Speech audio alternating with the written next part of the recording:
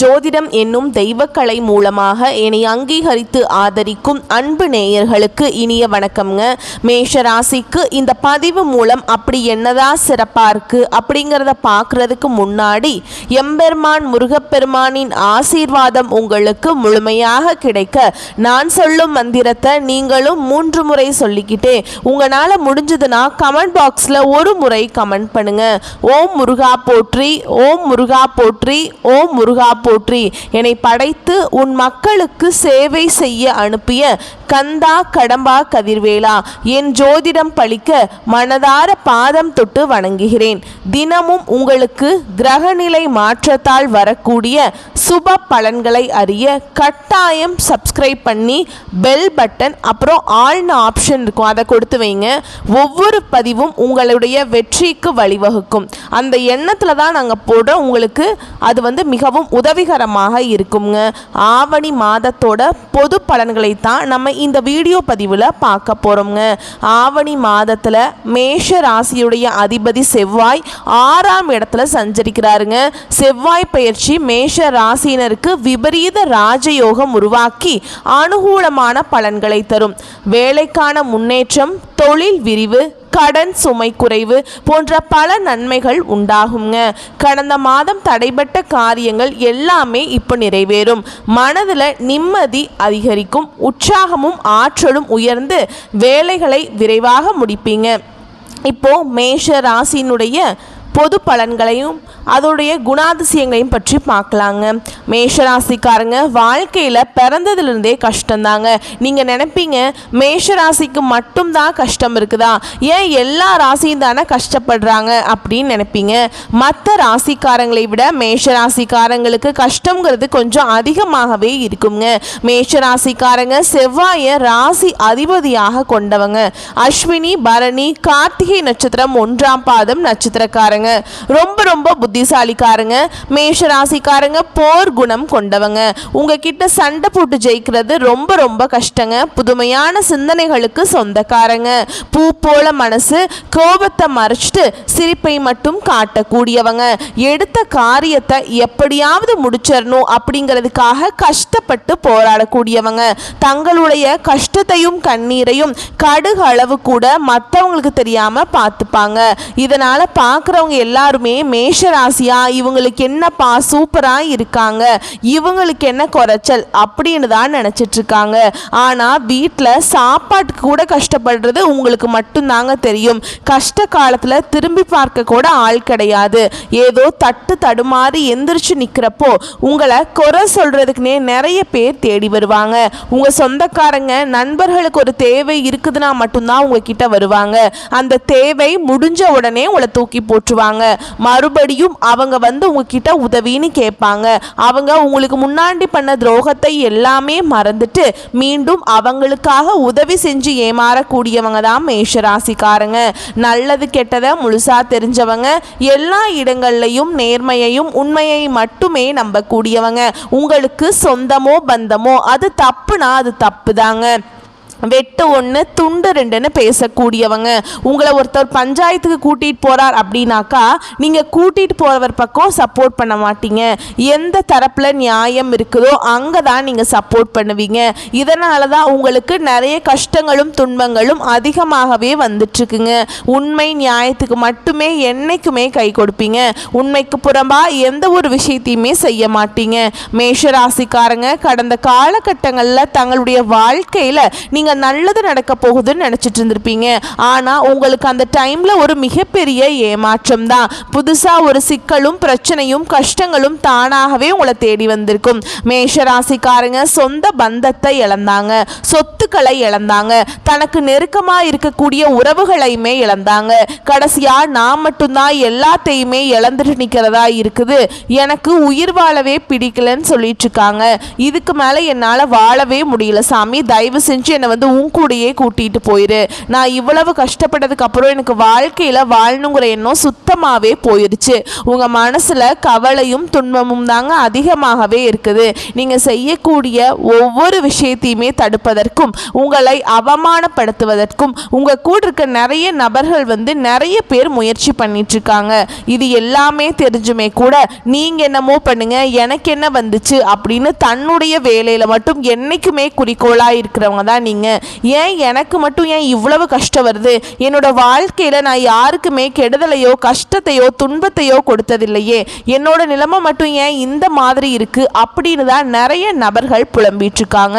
மேஷ ராசிக்காரங்களுக்கு பிரச்சனைங்கிறது வரும், அது கொஞ்ச நாள் இருக்கும், அதுக்கப்புறம் அந்த பிரச்சனை போயிடும். இந்த மாதிரி பிரச்சனை வரும் போகும் அப்படிங்கிற நிலைமையில் தான் நிறைய நபர்கள் இருக்கீங்க. நீங்க என்னதான் பிரச்சனையை தவிர்த்தாலும் ஏதாவது ஒரு சூழல்ல உங்களை தேடி பிரச்சனையும் கஷ்டமும் வந்துக்கிட்டு தாங்க இருக்குது. இனி வரக்கூடிய நாட்களில் உங்களுக்கு இன்பத்தையும் மகிழ்ச்சியும் தரக்கூடிய ஒரு காலகட்டமாகவே அமைஞ்சிருக்குது. அதாவது பார்த்தீங்கன்னா உங்களுக்கு இப்போ 7.5 சனியோட தாக்கம் அப்படிங்கிறது சற்று அதிகமாகவே இருக்குதுங்க.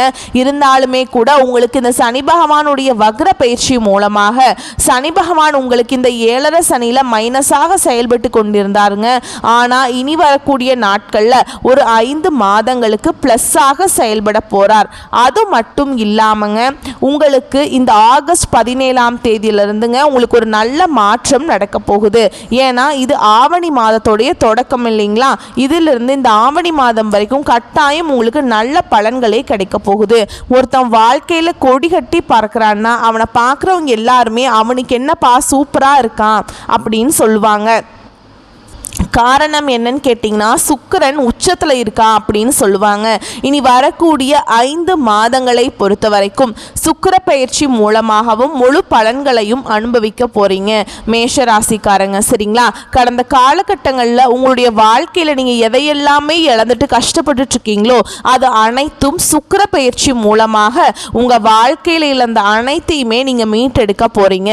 இந்த காலகட்டத்தில் உங்களுடைய வருட கிரகங்களுடைய மாற்றங்கள் இருக்குதுங்க. இதன் மூலமாக பார்த்தீங்கன்னா குரு பயிற்சியோட பலன்கள் வந்து இத்தனை நாட்களாக மேஷராசிக்கு கிடைக்காம இருந்தது. இந்த வருட கிரகங்கள் மாற்றங்கள் மூலமாக குரு பயிற்சியோட பலன்களும் வந்து முழுமையாக மேஷராசிக்கு கிடைக்கிறதுனால நல்ல ஒரு பொருளாதார முன்னேற்றம் பண பலம் அப்படிங்கிறது கண்டிப்பாக உங்களுக்கு அதிகமாகவே வரப்போகுதுங்க. மேஷராசிக்காரங்களை பொறுத்த வரைக்கும் பொருளாதாரத்தில் மிகவும் பின்தங்கி இருந்தவங்க தான் மேஷராசிக்காரங்க. கண்டிப்பா வரக்கூடிய 5 மாதங்களை பொறுத்த வரைக்கும் தொழிலில் நல்ல ஒரு முன்னேற்றம் இருக்கும். ஓகேங்களா, பொருளாதாரத்தை நினைத்து நீங்கள் ரொம்பவே பயந்துட்டு இருந்திருப்பீங்க. ஆனால் இனி வந்து பயக்கக்கூடிய அவசியமே கிடையாது. கடந்த காலகட்டங்களில் நல்ல ஒரு வேலைங்கிறது கிடைச்சிருக்காது. ஏதோ கிடைக்கிற வேலைக்கு ஒரு 10,000 சம்பளத்துக்கோ 15,000 சம்பளத்துக்கோ அக்கம் பக்கம் இருக்கிற வேலைக்கு போயிட்டு இருந்திருப்பீங்க. ஆனால் நீங்கள் படித்த படிப்புங்கிறது வேறையா இருந்திருக்கும். உங்களுக்கு பிடிச்ச ஜாபுங்கிறது வேற ஒன்றா இருக்கும். குடும்ப கஷ்டத்துக்காக வேற வழியே இல்லாமல் அந்த வேலையை செஞ்சுட்டு இருந்திருப்பீங்க. ஆனால் இனி வரக்கூடிய நாட்கள்ல உங்க தகுதிக்கேற்ப நீங்க ஒரு அரசாங்க வேலைக்கு ட்ரை பண்ணாலும் சரி, இல்ல ஒரு ஐடி ஜாபோ பிரைவேட் ஜாபோ பேங்க் ஜாபோ நீங்க எங்க வேலைக்கு ட்ரை பண்ணாலும் அந்த ஜாப் அப்படிங்கிறது உங்களுக்கு நிச்சயமா கிடைக்குங்க.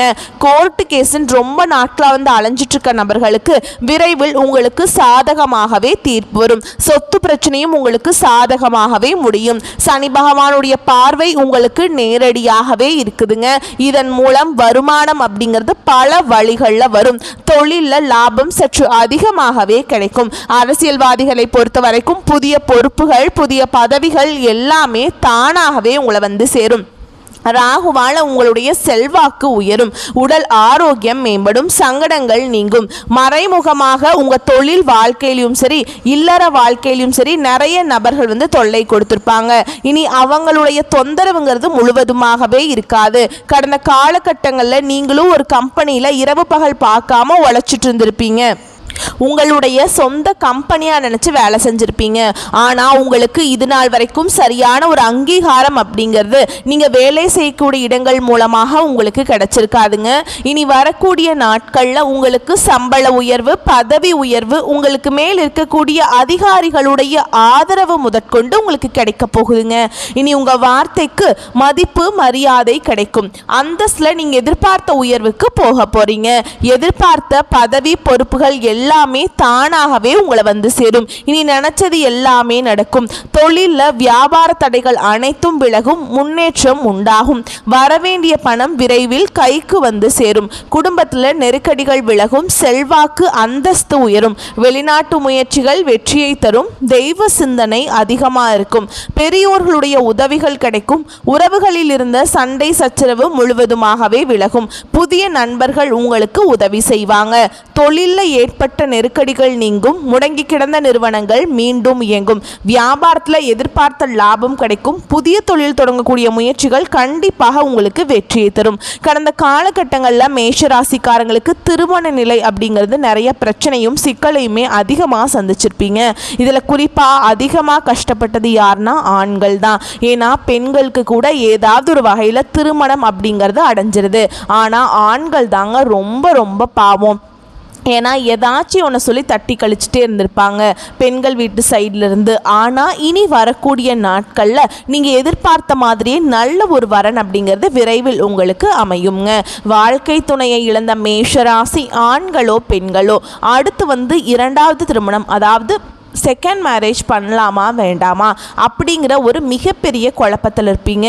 அப்படி இரண்டாவது திருமணம் பண்ணும்போது சொந்தக்காரங்க தப்பாக பேசிடுவாங்களா, நம்மளை ஊர்க்காரங்க தப்பாக பேசிடுவாங்களா, இல்லை நம்ம கேரக்டர் தப்பாக நினச்சிருவாங்களா அப்படின்ட்டு நிறைய நபர்கள் இரண்டாவது திருமணத்தை பற்றி யோசிக்காமல் இருக்கீங்க.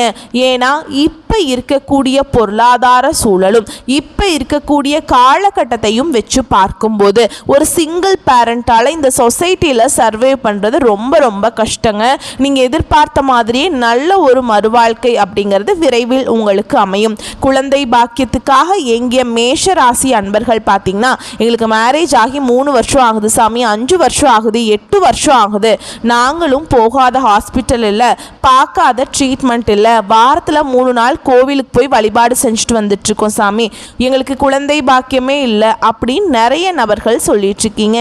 இனி வரக்கூடிய ஒரு 5-6 மாதங்களுக்கு விரைவில் உங்களுக்கு குழந்தை பாக்கியம் அப்படிங்கிறது நிச்சயமாக உண்டாகும். பிரிந்திருக்கக்கூடிய கணவன் மனைவி எல்லாமே மீண்டும் ஒரு முறை ஒன்றாக சேர்ந்து பேசக்கூடிய வாய்ப்பு கிடைக்கும் பட்சத்தில் கண்டிப்பாக இருவரும் ஒன்றாக இணைந்து வாழ்வீங்க.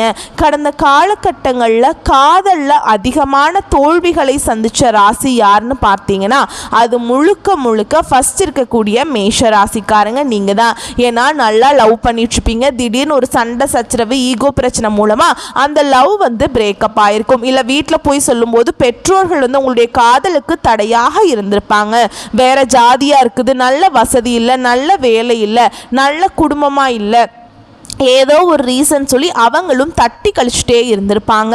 ஆனால் இனி வரக்கூடிய நாட்களில் உங்களுடைய காதலை நீங்கள் வெளிப்படுத்தும் போது அந்த காதல் கண்டிப்பாக கைகூடும். வீட்டில் போய் சொல்லும்போது பெற்றோர்களே உங்களுக்கு முன்னாடி நின்று திருமணம் செய்து வைக்கக்கூடிய வாய்ப்புகள் அதிகமாகவே உள்ளதுங்க. இனி வரக்கூடிய நாட்களில் கடினமான காரியத்தையுமே சுலபமாக செஞ்சு முடிப்பீங்க. உங்கள் எளிமையான பேச்சு திறமையால் நீங்கள் அனைவரையுமே கவர்ந்தெழுப்பீங்க. சிலருக்கு படிப்பதற்காகவும் வேலை விஷயமாகவும் தொழில் விஷயமாகவும் வெளியூர் வெளிநாடு போகக்கூடிய வாய்ப்புகள் எல்லாமே கிடைக்க போகுது.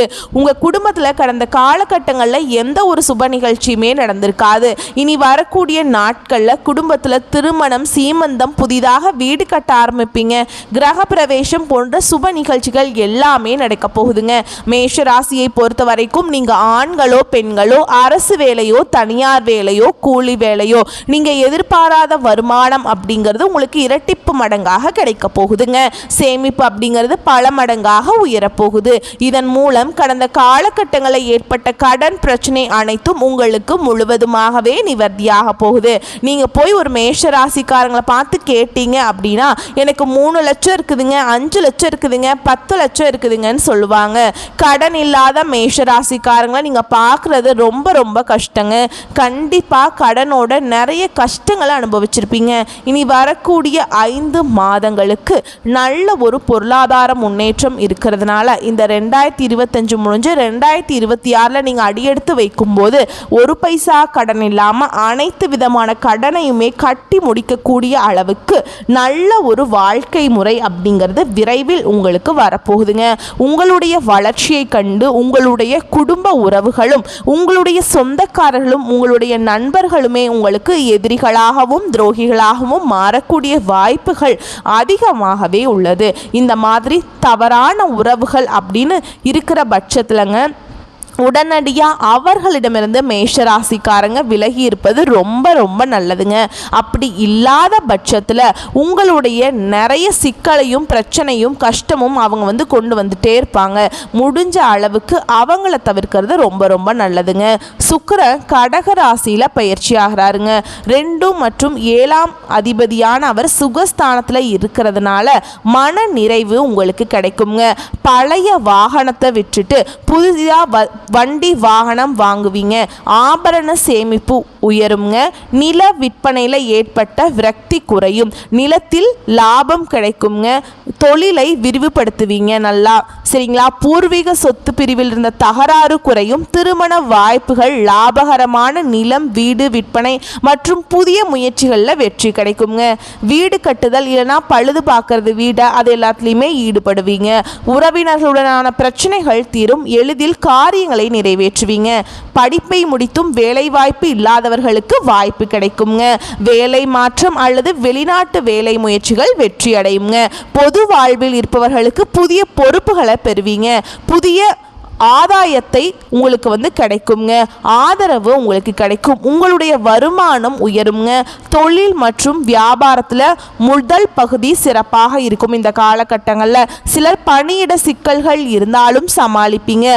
கலைத்துறையினருக்கு புதிய வாய்ப்புகள் கிடைக்கும். மாணவர்களுக்கு கல்வியில் ஆர்வம் உயரும். பெண்களுக்கு குடும்ப சுமை அதிகரித்தாலும் அதை சமாளிக்கும் திறன் கிடைக்குங்க.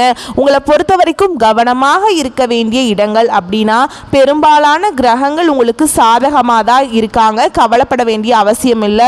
வாய்ப்புகள் கிடைக்கும் போது பயன்படுத்திக்கோங்க. குறுக்கு வழிகளை தேர்வு செய்தால் சட்ட சிக்கல்ல மாட்டிக்குவீங்க. அதனால அதில் கவனமாக இருந்துக்கோங்க.